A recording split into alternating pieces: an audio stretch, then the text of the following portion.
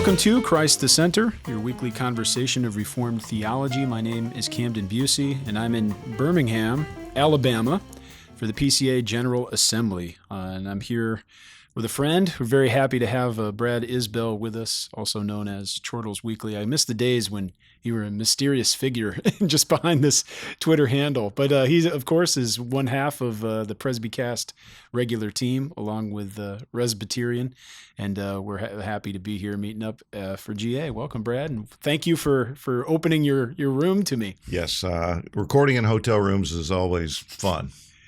You're becoming the pro, but tell us a bit about what's going on at GA regarding Presbycast. We're recording this on Tuesday afternoon, and you had a live recording on Monday night that I listened to this morning. Right, last night, yes, it's sort of a, had some guys that were on the Overtures Committee, which is sort of our delegated assembly. You know, the OPC has a real delegated assembly. We do a lot of our important business in two elders per presbytery. Ruling elder and teaching elder can be there. Since we have 88 presbyteries, that's 176.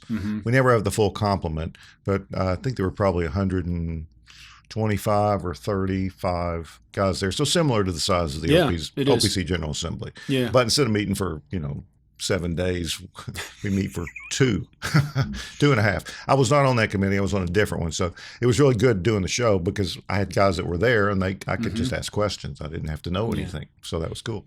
I've appreciated the last couple episodes in particular of Presbycast because you had the update last night with getting more into detail of certain matters, but you had a kind of a roundup of the various assemblies and had representatives. The overtures, yeah. Oh, yeah, we did that. That right. was maybe a few episodes ago, where you had Andy Webb, who people that listen to Reform Forum ought to know about. Andy, he's been on the program. It's been a while, but we should have him back. He's now with the ARP, right? And they met in Von Clarken after having a couple of years not being able to meet at their historic place. And then you had remind me you had a PCA minister and an OP minister and.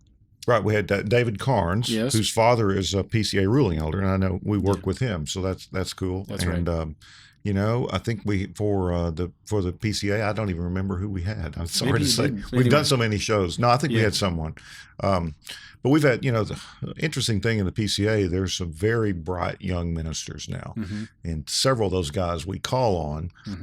They're not big names or insiders, and we've got a guy who kept the spreadsheet on the whole overture, process with all, is it going to pass? Is it not going to pass? Yeah, I kept checking those all the time. So it's weird. There's a younger generation that they're really polity wonks, but they're also, they can use technology and spreadsheets, which I'm terrible with the spreadsheet. But it's an interesting group of young guys, and it's very hopeful. Some of those, you'll get to meet some of those. Yeah, we did. I got to meet the infamous Spreadbird. Yes. Yep. But and it's nice. It's a wonderful place. It's interesting to see how podcasting, in a sense, has changed. Just the goings on at different assemblies. It maybe hasn't changed the OPC too much, but. Particularly, well, those flip phones are not incredibly conducive to podcast listening. There is an OP minister that did have his flip phone. Well, our friend Daryl Hart had one until very recently. Yeah. So within the last few years. Sure. Yeah. What is that? T9 texting? Yes. Isn't super I'm not fast. good with the kind we have now, so I'm sure that would have been impossible for me. Regardless, I'm happy to be able to follow up and to get to know better the goings on at the other assemblies in NAPARC particularly. You're practically the universal fraternal delegate. Well, I can't exactly replace. I'm an unofficial delegate, maybe, but we have Van Dixhorn. He's the king. One. Yes. Yeah, you can't replace him. I heard this year they're making him.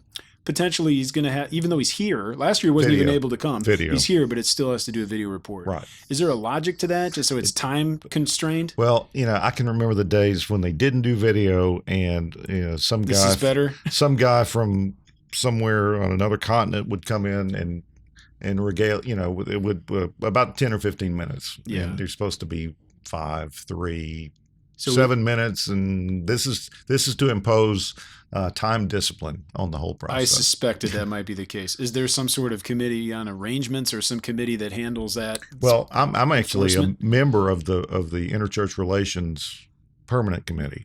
I'll get to go to lunch tomorrow with all the fraternal delegates. Oh, nice. So that'll be cool. And I don't know how many there'll be, 10, 12, 9, 15. I don't know how many. But yeah, it's already, I think the administrative committee's already made the decision. That's how we're going to do it. Yeah. It's not up to the local host committee. There's some things that are up to the headquarters. That's, I think, one of the best committees we have is our committee on ecumenicity and interchurch relations. That's our version of that. And those guys are fun to hang out with, but they also receive all the people that are coming as delegates, and they have at our assembly, they take an evening where they just have kind of like a private roundtable and talk about the issues of their assembly. But often at the OPC assembly, if there's a place for us to go after hours, so business goes all the way from like 8:30 a.m. to 9 p.m., but then after that, people usually will often congregate at a common place. If there isn't a place on campus where we can go, we'll go off campus, and typically one or two spots that are large enough to accommodate a wide group of people might end up becoming the default. But it's there where we get to have conversations with and talk with all these different people from around the world. One of my favorites is from Switzerland, Kurt Federley, and he comes to represent every year whenever he's able. And it's wonderful just to have time outside of the assembly just to sit and chat and hear about what the Lord's doing in other places. Yeah. I think we'll just have the rubber chicken luncheon tomorrow, and that'll be it. That'll be okay though. Could be the best food of any of the many dinners and luncheons. So what do we have to do to work the PCA side of the angle so that you can be our rep to the OP? Well, I would have been happy to do it this year, but a local, a minister nearby in Philadelphia wanted to do it, and that makes all the sense in the world. He did a fine job. But I would take the hit. I would take one for the team. Now, I do want to point out to all my PCA friends, you said that, your assembly meets for about a week and you go about 12 hours a day. Correct. We barely do 12 hours of floor business. We do a little more than that, but not many. Our overture is our assembly is very condensed. Right. So, and it's, I'm sure we were going to get to this. We might as well mention it. This is going to be the largest ever. Yeah. At least 2,400 commissioners, not counting family and staff and visitors. Exhibitors. And so we'll hear tonight, because, this will be a couple of days from now when this is published. It won't really matter, but we'll know how many in a couple of hours are here. And the number will grow a little bit, but 2,400. Last year was 21 and a few and change. That was the most ever by far, and we've exceeded that by some percentage. So that's, and I just learned this. This is just a human angle that people will enjoy. Our convention. If you've ever been to a big trade show or convention, the 5,000 seat hall. That's about what we have. We have about seating for about 4,000 to 5,000 people. I think someone on the committee told me today 5,000. Guess how many chairs out of 5,000 are padded this year? How many? Oh. Well, I don't know if you're setting me up for the high or the low. I'm going to say none. 1,000. 1,000 padded chairs. So there's. I hope the air works well. Here's my lighthearted, friendly, brotherly jab. Like, are you going to fill those? We'll see. Now there's 2,400 commissioners here, but sometimes there's a good portion of those sessions where people are popping in or out, or there's a heavy duty in St. Louis. At least there's several hundred on the side having conversations, and the moderator had to get them to be quiet a few times. I was one of those. I don't like to sit. I usually move around. Yeah, and not in a. Some people stalk around in a menacing way. I try to be warm and friendly as I stalk around. Sure. Yeah. Appreciate it. So we certainly, the details will be covered and in a more timely fashion on the Presbycast podcast. I encourage you to listen to that. But this is more of an overview and maybe a different perspective on things. We have overlapping groups of people, obviously, that listen to both podcasts, but we often kind of focus on slightly different things, different angles, and that's a healthy thing. But tell us about what's going on Wednesday night in our time. So the Wednesday evening of PCA General Assembly will be what? Wednesday the 22nd. Yeah, it'll be the second. It's weird. We call yesterday. A lot of stuff happened yesterday on the Overtures Committee. We call that day zero. I call it day zero because it's not the assembly doesn't open until today, this evening. But there's committees doing some work, reports being and we only do about 2 hours of business tonight, but we do some business tonight, and then tomorrow. This is another oddity. I'm not really in favor of it. We're taking advantage of it, but it's not really the way I would do it. We have business from 9 o'clock in the morning until about 4, and then we have another worship service, and then everyone has the night off. After you just started. After very little happening today. So historically, there's one group, which we won't name, that has a big party on Wednesday night. Okay. Well, this year, there's an event. We think we'll have 300 people, but it could be 500, mostly for ruling elders in the venue at the Alabama Sports Hall of Fame. Which is connected to yes. And I'm sure there'll be lots of memorabilia that will please or enrage the attendees, depending on your perspective. Very, very Southern, of course. Well, it just means more here. Yeah. Well, here's the other thing. I parked in the parking garage. I got a good spot. I walked in, and I noticed there were about 12 the best 12 parking spaces in the garage, right next to the hotel entrances, said SEC parking. Right. SEC headquarters is in this building that we're in, or it's connected to the Big Ten headquarters are not too far from me. Oh, okay. But apparently doesn't mean as much there, though. Well, I don't know. It's big. It's very big. Is it even? But it is a religion. Is it even 10 anymore? I don't know. It's 14. Okay. But there's only 10 that matter. Maybe only 4 that matter. Well, I don't want to hear any more about Southerners and math. Okay, because you all have math problems too. It's just so we'll have this event, and that was a good location, and it'll be a good time. Nothing fancy going on, but there'll be barbecue and things to drink, and you're invited. Of course, I appreciate that, and I plan to be there. I mean, other than doing the exhibiting, but this is the thing I'm really here for. Is to come to your party. Oh, I know. We had such a good time last year. It was wonderful. We had 80 people last year. Oh, but the conversations we had, and I've been able to carry a bunch of those conversations on all year. People I met, I'm very thankful for that. I'm looking forward to meeting more people. Let me say this, without disparaging anyone. I think the energy in the PCA is altogether on the side of confessional, ordinary means of grace, old school Presbyterians who are mostly under the age of 35. There's just a lot of these guys that are just, it's very encouraging, and people should know that. It's not evident to everyone, but we, unlike you have all this royalty and celebrity on Reformed Forum. But we Presbycast, we like to do these no-name guys, and then all of a sudden they're not no-name guys anymore. Well, sure. Anyway, so you've got the bad touch. You elevate these guys out of their status, and grant them celebrity. We started the silly podcast just to connect people on Twitter. And then it grew into something else. Sure. But we try to be lo-fi and not too respectable. That's the point. Yeah, I get it. Yeah, I love it. I listen, and but it's great because it's with you too, because I know a lot of the guys you interview, and they're real people, and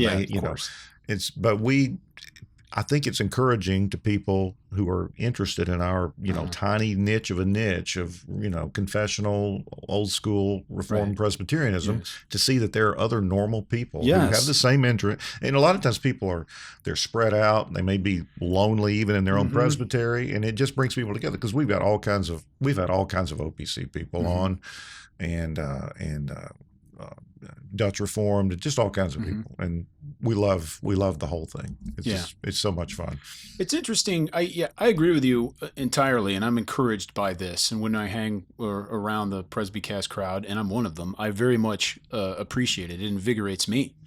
But I think it's another way just to reinforce the idea that Presbyterianism should be accessible. It's not something that. It does make me nervous too. Sometimes you talk of growing clericalism, or at least the tendency toward clericalism, and you can have that sometimes in the PCA because of the nature of the General Assembly, and pastors often are covered by their church to come. Ruling elders, it's a lot bigger, much bigger ask to come to General Assembly. So in years past, it was about a 4-to-1 ratio, was it not? Now it's about 2-to-1. You know, there was a few years when it was 4-to-1, 20%. 20. I've done some research on this because I was involved in some fee change efforts, which may be successful to make it easier for ruling elders. But for the last 11 years, which is 10 assemblies, because we didn't have one 2 years ago, the average percentage of ruling elders as part of the commissioner base was 23.4%. So that's 3-to-1. But this year, it's probably going to be 2-to-1. Great. That may or may not be a trend. We'll see. You know, next year, oddly, since this is something more general we can mention, 50th anniversary of the PCA, which kind of ties into the other thing we wanted to talk about, the names of these denominations. But we celebrate our 50th anniversary next year in Memphis, so you're going to like the food. It's going to be, you know, that's going to be good for you. Closer to me. As an Epicurean. If the listeners don't know, I'll just prefer foodie. Camden eats well, just like Daryl Hart eats well. Oh, I eat junk too, but at least I'm hanging with you. We might eat at a good spot. So Memphis next year, 50th anniversary, who knows? Will we have 3,000 people, which would, you know, maybe a lot of old retired ministers would come. Nostalgia. And so we may not have the same proportion. I don't think historically it'd be great if we went. Yeah, go ahead. This is good. I don't mean to interrupt, but it's on point. The third attempt at J&R, joining and receiving. So the OPC had voted, if I'm correct, I'm the historian, I should get this right, but the OPC has voted itself out of existence twice to join. Unsuccessfully. Well, we voted ourselves out, and then we were not received. There are various reasons for that. You can read histories on that, and I can point you to resources for that. But the third attempt, 1986, if I'm not mistaken, and so this was the 50th anniversary celebration for the OPC held at Eastern University. Oh, really? Oh, yeah. So we just celebrated this. We were just there, and the last time we were there, I don't think there was a time in between that we were there, but at least in 86 we were there, and some of those guys had been commissioners then. And at that time, it was the third attempt for us to join. There's a lot of movement within the OP from what was called the New Life movement, who wanted to join with the PCA, and they deliberated maybe for 2 days and a night over whether they should join, and they didn't want to squash any debate. The question wasn't called on that or anything, and you can imagine how many times we probably heard the same speech over and over. But consider what we're deliberating, whether or not to cease existing as a particular denomination. But it eventually was voted down. There was a majority to leave or to close. It wasn't a sufficient majority. We didn't reach. And a lot of those New Life churches left and joined the PCA. Yeah, yes. They did. Not all, but many did. So it was interesting to see the dynamics. One of the reasons, it could be a lot of reasons. We can't interpret votes necessarily, but surely one of the big factors was at the 50th anniversary, you're obviously at a high point of denominational pride in the best of senses, but nostalgia, you've just rehearsed all this history. They had a conference or all these people are lecturing about the OPC. And, if there ever was a time in the history when you want to maintain that identity as a distinct and particular church, that was it. And even then, a majority had voted to join, but it didn't happen. So it'd be curious to see, for the historians of tomorrow to understand and see what influence, if any, the 50th anniversary of the PCA might have on any of the decisions of the Assembly. I don't think many PCA guys know how close we came to receiving the OPC. I don't know if it was the same terms as the RPCES had. We just the process when the RPCES came in 82. Yeah, accepted them and didn't accept us. Oh, yeah. Well, it was joining and receiving, which is basically you absorb them. They don't bring anything with them except themselves. And now there's some, there are some ideas that there was handshake agreements they could keep having their deaconesses or stuff like that. But that was not a big deal. Yeah. So we sometimes people will refer to RPCES study reports and things like that, but they don't have any constitutional status. Sure. So anyway, our study reports don't either, even though we wrote them. Right. They're not constitutional. Right. These are important things to know and important things to remember. So it's good to review Presbyterian history. But Let's talk a bit about some of that, because you recently wrote for the Nicotine Theological Journal, and has that been also republished at the Aquila Report? Or yeah, I read it with the NTJ. Our friend Daryl, we love him dearly, but he's not the most technologically savvy guy in the world. He makes it happen. So there's not a great website or way to view the Nicotine Theological Journal yet, and I'm sure that'll get better. And I've got a friend who helps him, and But anyway, it's a PDF, but accessing, what is it? Just posted on Scribd. Scribd, which I don't really like Scribd, but that's neither here nor there. But yeah, we got Daryl gave us permission, and I sort of formatted it and sent it to Dominic Aquila, so it's in the Aquila Report. I think today as we speak here, but it's easy enough to find. Perfect. We'll put links to that in the description. I guess, I've got a bad habit of going back and reading the old issues of the Presbyterian Guardian, which is a treasure trove. I'm doing that too. It's just the most entertaining thing you can do. And in that, I learned some things about the struggles of naming the OPC. And what was it we'll just lay it out there. Your OPC people know this, most of them, maybe not the younger ones. The first name of the OPC was the Presbyterian Church of America. Correct. They were the first PCA. Not in. We can talk more about why that is later. And then what was it? Was it the very next year? They had two right away. They had two General Assemblies in 36 and 37, and it had to do with this naming issue. One of them was all about changing the name. Because we got sued, right? And so there are some caricatures about Presbyterians that all the elders are doctors and lawyers. Well, the PCUSA had a lot of money, right? And they had free lawyers, and they had enough money to pay lawyers, and they immediately sued the very imposing and gargantuan OPC, what would become the OPC. I hate to say this, OPC friends, but your first General Assembly would have fit in 2 buses, right? I mean, literally, you run the numbers. 34 ministers. 17 ruling elders, 79 laymen, and you could have just kicked them out, So you get them all on a bus.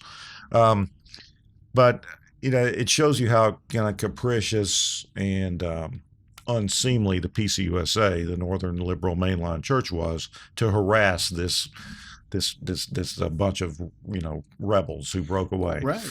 And so they sued you guys, and you had to change the name. But then if you go in and read the articles about in the minutes, I found your minutes online too. Absolutely. And OPC minutes.org, I think, or it might be OPC GA minutes, has them all digitized. Okay, and it links from your OPC website. Yeah, there's somewhere. A link, right. Just at the Presbyterian Guardians there too. Just go for the ads. Just to see the ads. Well, I'm going to email you something later, but I just received, through some of my historian work, somebody sent in, one of our committee members sent in a bio of the cartoonist.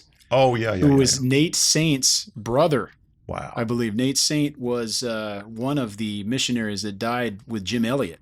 Wow. So I'll send you that. Maybe that's a future Presbycast. We can chat.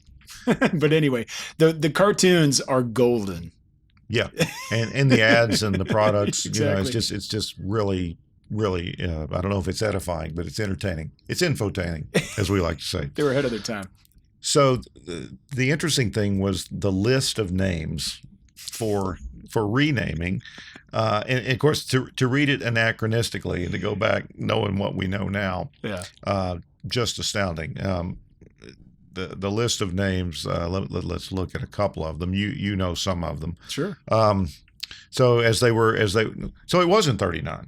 It was in 39 when the name changed, not 36 or 7. There were 2 General Assemblies in 39.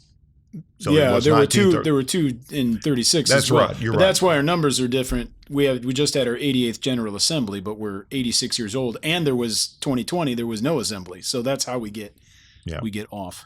So I think the following names were suggested. I wrote from the article: the Orthodox Presbyterian Church, the Evangelical Presbyterian Church, which there is one of those now. Yeah. No relation.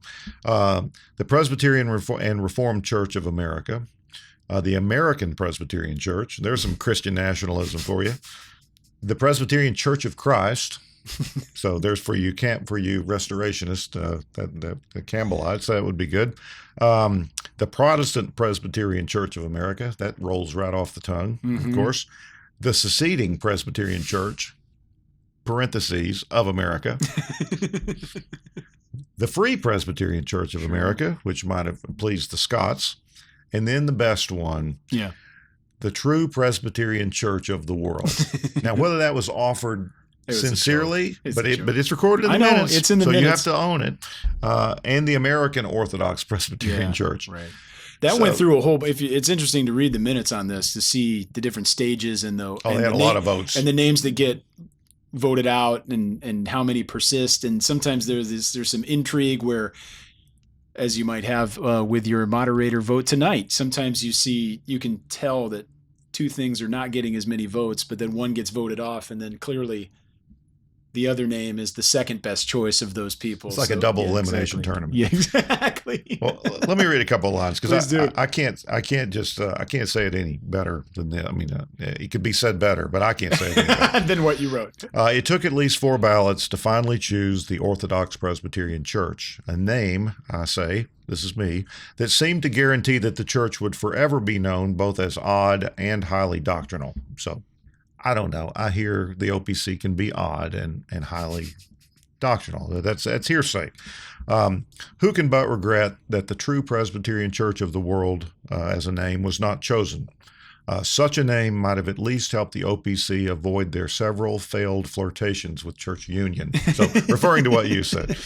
So, yeah, if you are the True Presbyterian Church of the World, you're not going to join someone else. They got to join you. We might have even got some of the Belgian Confession guys who are looking for the True Church to join with us. That's all good. Yeah. So, and then, of course, we'll talk about the rejection of the Evangelical Presbyterian Church. Mm-hmm. And I said, did that, not choosing the word evangelical, did that kind of prophesy that you would be what Daryl Hart likes to call a sideline church? Yeah. Neither evangelical or mainline, but something else. Right. So that's, that occurred to me. So I think there's something to the name. I don't know if we can I'd be curious to hash this out with you. I don't know if we can invest too much theological meaning into that preposition of Presbyterian Church of America versus in America. One could be better than the other. I'm glad that America's out of the title. I'm a patriot.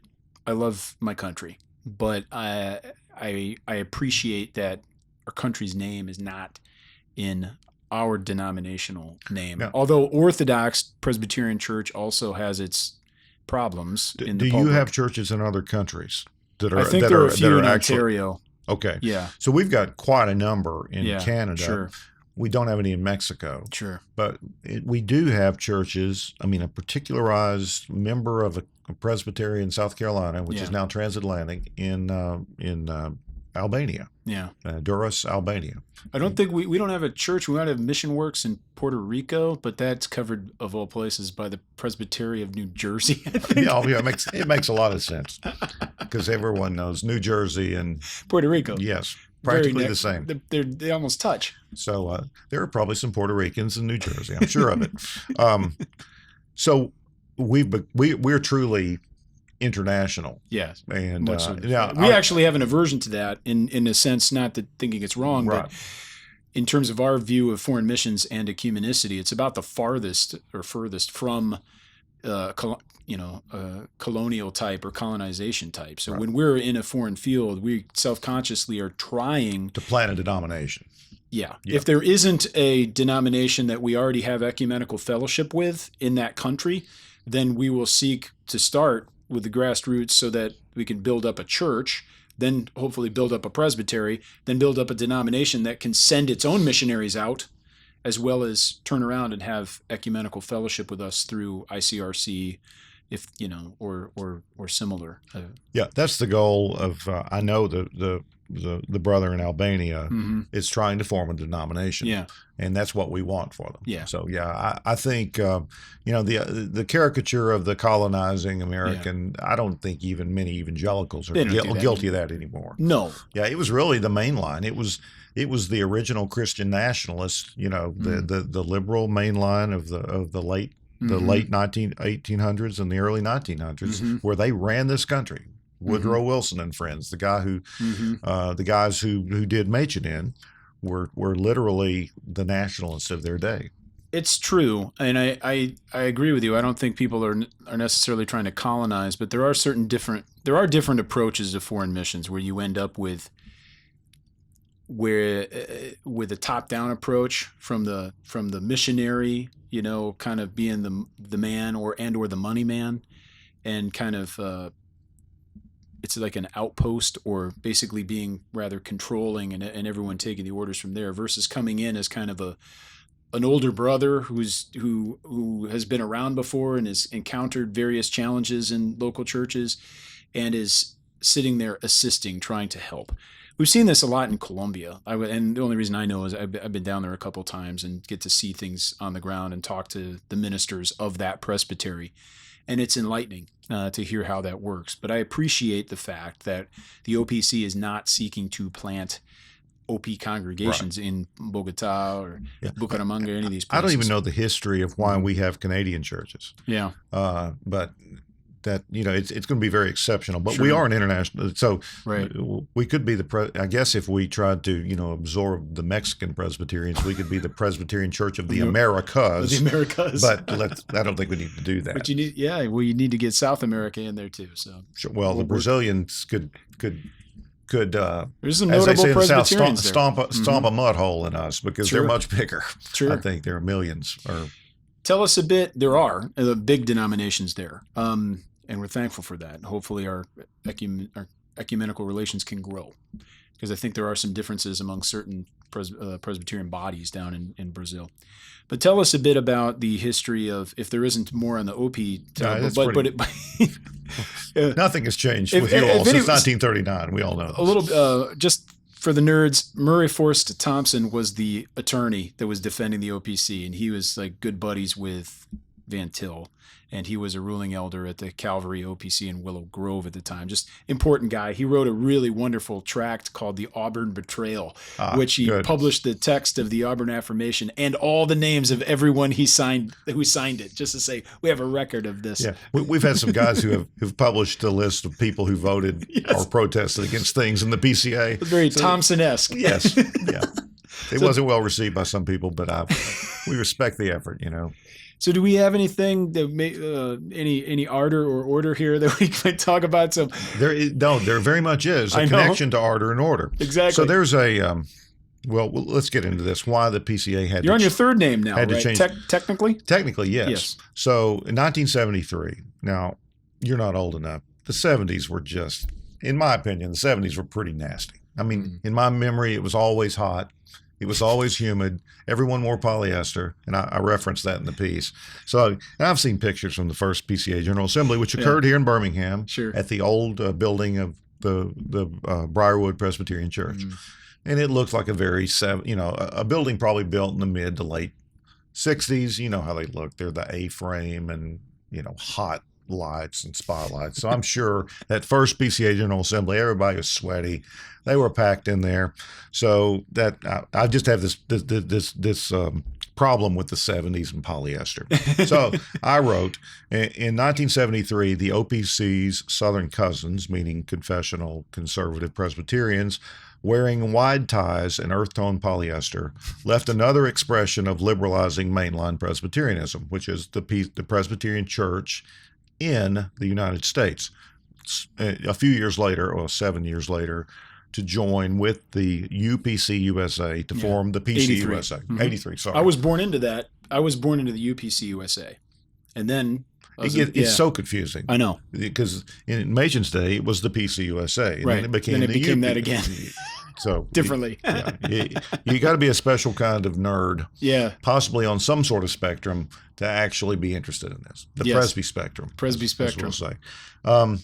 So the first chosen name was the National Presbyterian Church, which we were the original Christian nationalists. But you didn't come to loggerheads with the denomination, but maybe somebody even more powerful. Well, one church actually. I know. So we did on the show. We showed on the show I don't know if it's still in copyright. Yeah. But we did it. There was a film narrated by Frank Reynolds, who was like this network TV reporter, who was not a Presbyterian, but they hired him. So the UPC USA had enough money to hire a film crew and a nationally known name to narrate a film about Presbyterians. And it's something to behold. You can look it up. I think if you'll search Frank Reynolds Presbyterians, you'll find that film online. Mm-hmm. And his sort of, he had writers, and the writers, they hung everything about Presbyterian history on ardor and order, and the tension between ardor and order. Mm-hmm. So, but the centerpiece of that film was the National Presbyterian Church, an individual congregation conceived as sort of the cathedral of mainline Presbyterianism. Yeah, super in modern. DC, yeah, right? Super modern, right there in the nation's capital, on a pretty big piece of land. Very strange building, and I don't know that it ever really caught on. I think they still have. They say they still have several hundred people attend there on Sundays, which is amazing because they're PC USA now, of course. So that church, local church, threatened legal action against the PCA. Mm-hmm. And they were, the PCA started with, I think it was 45 or 70, a lot more people than, the beginning of the PCA was much larger than the present OPC. Sure. So, but they still didn't have a lot of money. They didn't have a headquarters. They hardly paid the city clerk. Morton Smith did it basically for nothing, and he was a pilot. He flew himself around the country to meet with people, kind of like, Majan had to get on that train and got pneumonia in North Dakota. Right. Well, Morton Smith was flying all over the country in a Cessna to help these these churches get out of the main line. So it's very similar in that respect. Wow. Thankfully, his plane didn't crash. He lived to a good old age. So yes, we were sued by that local church, and like I say in the article, quite a local church. The cathedral,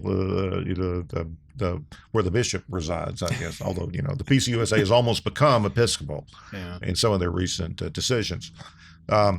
So they were sued, and much like the OPC, they didn't fight it. They tried to find a new name. Mm-hmm. So they also had they had a lot of the same names, believe it or not. And that's the way I wrap up the piece. I'll just jump ahead.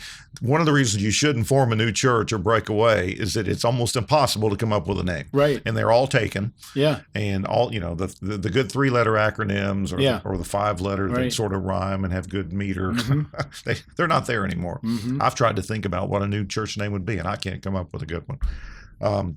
So, as I say, the list of names was a wonder to behold, much like the PCA, the OPCs, and there were 17 at the beginning of the process. 17. I will not read all of them, but let's pick out some of the good ones. One of them was Vanguard Presbyterian Church, which the breakaway presbytery, the sort of the proto PCA was the Vanguard Presbytery. So that makes sense. A small group has broken away somewhat from the PCA. Do they call overlap? themselves Vanguard. Sure. They're using the name too. But do any of those folks overlap with that original crew, or is it more of an homage? Right, yeah. Okay. So the International Presbyterian Church, so that's what we have become that. The Presbyterian Church of America. Yeah, it's exactly the same name. The same name. The National Reformed Presbyterian Church. So they were back, similar to the name that they had. The Historic Presbyterian Church, brand new. The Evangelical Presbyterian Church, which it didn't, it came into existence in 83 or 81. 81, okay. Yeah. So that's sort of a middling church between the main line and what we would call ourselves, the sideline. The Presbyterian Church of the Covenant. Covenant, there are more Covenant Presbyterian churches than in the PCA that than one anything would work else. so good because you would just say peacock. I never did. Excellent. I didn't think of that. That's great. Get this. This could have some commercial tie-in. The Nationwide Presbyterian Church. Well, there you we're go. on your side. We're on your side. Or we're on God's side. We're on somebody's side. Who is on the Lord's side? Yeah, that was what was in my head. The continuing Presbyterian Church and the national continuing Presbyterian Church. So the national thing keeps coming up. So you have to ask yourself, what was the reason for that attraction to that national thing? Because they really did conceive of themselves, maybe like the OPC did, as we're going to be a big deal, and we're it. To some degree, and it's interesting to think about. The American Presbyterian Church, so that's a lot different from the international, right? The Christian Presbyterian Church, as opposed to the non-Christian. Yes, the Presbyterian Church of Jesus Christ, and not of Latter-day Saints, thankfully, and the Reformed Presbyterian Church in the United States. So there's now a Reformed Presbyterian Church North America. Right. So what a list of names, and they had multiple ballots as well. Sure. And after the early ballots, they didn't just they kept adding new ones. Oh. So there was more. The next morning in this assembly, the Presbyterian Church in America. That was one of the names. That wasn't even on the first list. I don't think it was. Wow. And of course, we say, because of our doctrine of spirituality of the church, the in rather than the of is important. Now, how much they understood that? Hey, I don't deny that it is important, but I don't think when the OP originally named itself Presbyterian Church of America, I would be happy to be proven to know otherwise, or to be shown if there was logic to that. I wonder whether it was if that preposition was debated, or if it just was one that made sense. Yeah, and into the enthusiasm and optimism that I prefer goes in to of personally, but with any new thing, you can make decisions when you look back. You look back, and maybe that wasn't the best way to think about it. In the heat of the moment, right? Even Presbyterians have heat sometimes. So you had the next ballot, Presbyterian Church in America, and then. For you Ohio State people, the Presbyterian Church. Yeah, I can't get that. Get that out of here. And the Grace Presbyterian Church, and this is truly prophetic, because we have a lot of the missionalism is such a thing now. The Mission Presbyterian Church. That was one of the suggestions in 73. Yes. Wow. So that's very portentous or prophetic or something. The National Reformed Presbyterian Church, the American, and the Presbyterian Church of the Americas. So that's why that was in my mind, and I mentioned it earlier. So you see, we're all over the map, from very exclusive to internationally broad, to from cringy to staid. So we are who we are. But in the meantime, there was a ballot where I think they chose the Reformed Presbyterian Church in the United States, or one of those similar names, and then they had a change of heart overnight, wasn't it? Yes, overnight. Somebody slept on it, and then eventually we end up the Presbyterian Church in America. Was it a matter where there was a motion to reconsider? Yes. Okay. Yeah. And then it went a different direction. Yes, and wow. A lot of those guys, there are a few of them are still around. Yeah. A lot of them it's kind of like the Greatest Generation. A lot of those people are gone now. So that, again, you should probably never form a new Presbyterian church, because the names are all taken or they're all bad. You just can't deal with especially if you're ecclesiologically or theologically sophisticated, which of course we all are. So yeah, but it's about the title is What's in a Name, and maybe a lot, maybe not much. But I guess names are important. If theology is important, if ecclesiology is important, the name's important. So there's no doubt that the Orthodox Presbyterian Church, having a name like that, Orthodox is to an evangelical, that's a creepy name. Yeah, it is. Some people don't even know what it means, or they think it's Eastern. They think your guys. That's what I encountered. You have a guy that wears a hat with a big pointy cross on top or something. When we're doing evangelism, that's always the first thought. What is this? Are you like Eastern Orthodox? Always. We're Northeastern Orthodox. It doesn't help that there's two different Eastern congregations in our suburban area either, and they're not even next door, but there's a Serbian Orthodox church and then a I think a Greek Orthodox church. So it's complicated. It's not the best, but it is what we have, and it's not going to be changed, I think, anytime. It's in your the brand future. And now. we can't, Can't change the brand. Well, that's tremendous to know some of that history and think about maybe even the ecclesiastical implications of that. Have there been much response to your piece yet? Have you had any interesting questions or comments? Not really. It takes a while. Well, that's what this is for. We're operating in a niche of a sliver of a niche. So if you want to write something about Presbyterian, you know this. Yeah. If you want to write something about Presbyterian history, if you want 10,000 page views, yeah, in 10 years maybe, but not. Or you got to do something so outrageous that you probably aren't going to be writing anything in the near future. This might be your last shot. What else have you been up to? Didn't you write another? You wrote another piece recently, I think, that was posted. I think you put it on Twitter. I can't recall now. My internet connection isn't working. I've written about an article every 6 weeks for Ref 21 or the Aquila Report, and I don't remember which was which. I've done several. I don't know. They're sort of sometimes topical, sometimes more general or light. But seriously, I did the Pilgrim. I did the PCA Presbyter's Progression. So it was sort of, and I didn't get a lot of reaction to that. I'm surprised. I thought I might anger some people, but I imagined a PCA presbyter, which is just an elder, presbyter, that's what it means. And it's an allegory like John Bunyan's Pilgrim's Progress. And that was tremendous. There was this who I would call this guy a progressive missional type, and he was taking a very unwise course, but he felt good about it because he had really great shoes that he bought in the city. Yeah. And they have white soles. And probably, and Moderate was with him, and Moderate even turned back. And the little chapter, it ends with you can hear rocks scuttling down the hill, and the man still mumbling about his city shoes. So exactly. I don't think either not many people read it, or I read it, or they took it in the spirit it was intended, which was pretty light. Presbyter, which is just an elder, presbyter, that's what it means.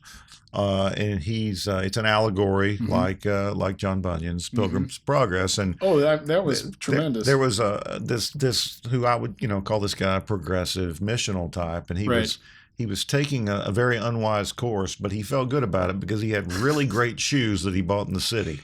Yeah. And they have white soles. And probably. And Moderate was with him, and Moderate even turned back. And the little chapter, it ends with you can hear rocks scuttling down the hill, and the man still mumbling about his city shoes. So exactly. I don't think either not many people read it, or I read it, or they took it in the spirit it was intended, which was pretty light. Man, I'm sorry. I'll trim this, but I can't. There was another piece you just wrote, and it's slipping my mind because I had a thought about it, but it must not have been that important because I'm not remembering it. Was it at Ref 21? I haven't. It wasn't the Pilgrim. No, that was actually for a You Scott actually are in that case, looking for you have to find students. And and it does become a little bit more competitive because you're trying to keep your enrollment up it's very expensive. Yes. I mean, just operating an academic institution is almost.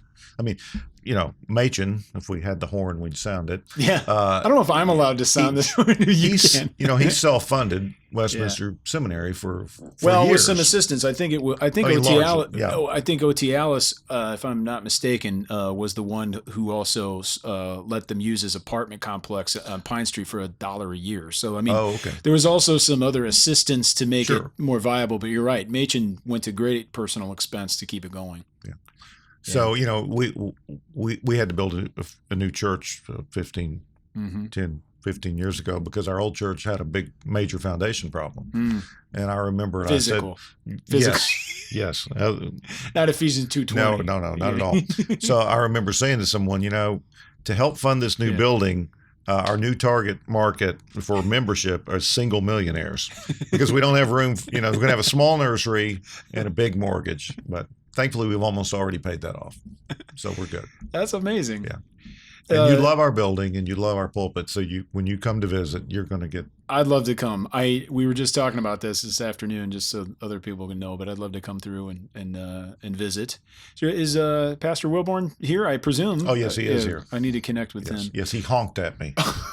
Well, tell us before we wrap up, because I think people will be encouraged about this. Tell us about your church plant. You have a mother-daughter relation with a church in Knoxville, Tennessee. Yeah, here's what I'd say that's encouraging. John Blevins. Yes, our former pastor? Associate, who's the church plant's well funded, so we got another associate coming in, which is great. And but here's what I've learned, and I want to say this to encourage PCA guys. We found, because we were planning a normal, boring, air quotes, ordinary means of grace church, which ordinary means of grace may be pretty ordinary in the OPC. It's not quite so ordinary in the PCA. So, just relying on the preaching and the worship and the organic fellowship that a church has, and not 1,000 programs or social initiatives, but ordinary means of grace. Sometimes guys, or people, that are involved in ordinary means of grace ministry, or we are planting those churches, sometimes end up with the drift. Veering off, yeah. Because that looks like it's working better. Or there's always this grass is greener on the other side mentality. And, it's helpful to be reminded that these OSP churches or OMG, the better. There you go. Yeah, get in trouble with that. Grace churches are doing old school Presbyterian, ordinary means of grace ministry. That's what we want. So what we found out was our church plant's got a lot of support financially because there aren't that many churches of that type being planted. So some large, again, air quotes, conservative, because we're all conservative in the PCA, churches have been very generous to us, just because that's not the normal model these days. But this is interesting to me, that you end up having individual churches that are supporting church plants that may or may not even be in their presbytery? Oh, yes, absolutely. We got from all over the country. See, for us, it's either through the presbytery is doing it with their church extension committee or whatever. Or just straight mother-daughter. Or straight mother-daughter. Right. But then often we have our committee on home missions in the OPC, which will also financially support and provide other types of resources to church plants that are approved for that support. And they'll end up with a descending scale of financial support. So right away, they might cover most, if not all, of the pastor's salary. But then I think it's a 5-year schedule where it steps down. And there can be exceptions, but generally speaking, our denomination, the General Assembly, home missions, will help that a great deal. Yeah. So even if you have a mother-daughter relationship, it's not as if the mother church is footing the whole bill, or that the daughter church has to go, or the pastor of that church has to go to something like this and network for the funds. I'm glad that happened. I'm glad guys are able to be funded. Right. Praise God for that. It's just, it's different for me because I'm not used to that kind of model. Well, it's sort of an entrepreneurial model, which in this case I think works in our favor. Yeah. But you talked about a 5-year support thing. Yeah. It seems we have some people committed to support more than 3 years, but 3 years seems to be the norm. Yeah. In the PCA, so you're under the gun. You got to be self-sustaining or make it happen. Yeah, and that can be temptations there. Yeah. I like your model, but with the sheer diversity of the PCA, you may not be able to rely on the presbytery. Yeah. The new approach is what's called the network approach, which could be pan presbytery. It could be but that's not the historic approach. But there are several church planting networks in the PCA, and there are Acts 29 PCA churches too. So very unusual. Spanish River, massive church in Florida, planted Redeemer largely in New York. They plant a lot of non-Presbyterian churches, which would probably rub your average OPC guy the wrong way. I'm just guessing. But we want to plant Presbyterian churches as faithfully as we can. Praise the Lord. I'm glad to hear that that's happening, and certainly would love to come visit. But thanks for taking the time, Brad. We appreciate it. I'm looking forward to what's coming this week, and hopefully we'll get more people to listen to Presbycast for the details of the goings-on here at the General Assembly. But this will be out. Most of it will be all wrapped up by the time this comes out. I think I'll be probably heading to the airport by the time this, or at least by the time I get this in my feed. I might be moving already. But regardless, it's been a good time already, and hopefully there'll be many more many more years to come. So where can people find you? We'll put links in everywhere that needs to be, mostly Twitter. You can get the Presbycast or the Chortles Weekly. Yeah, I don't tweets. post much on my personal account anymore. Right. Yeah, it Presbycast, Presbycast. That's where you can find everything. Ironically, there's a PCUSA church in Florida that has what's called the South Florida Presbycast or something. But they probably got 10 listeners, and they started after us, and we don't have Do they even know what they've done? I don't think so. Probably not going to do a joint show with them. You need the Murray Force Thompson of today to come and represent you, and we'll send the lawyers down. And there's going to be an announcement at General Assembly this week to remind groups in the PCA that they can't use the logo or the name PCA because we protect our copyright. Oh. And it's to protect us, not to, We always do that with our EIN number. Oh, yeah. Remember, you're not allowed to use this. Along, yeah, yes. Exactly. Yeah, one of those things. Yeah, much appreciated. Of course, we'll be online at reformedforum.org. If you're listening to this through other means, YouTube or perhaps through a social media link, whatever, you can find this the episode description on the various places that are out there, and all the links will be there. And of course, you can find previous episodes where Brad's been on. And I have to ceremonially present you again. Yes, with a Machen's Warrior Children card. This is the Special Operator PSYOPs Battalion in the back. Don't be an Erdman. That's our slogan. I know. I love it. So we're very OPC in that respect. You are. I really much appreciate that. And Resby's OPC now. So we're an ecumenical podcast. I heard that in the last one. And I need to bring you one of the few. I have one extra at home, the Machen Challenge. Oh, we'll take it. Yeah, we'll make it happen. All right. Thanks so much, and we thank everybody for watching and listening. Apologies for the camera angles. We're in a hotel with a webcam weird device, but we're making it work. But we do thank you for listening and for watching, and we hope you join us again next time on Christ the Center.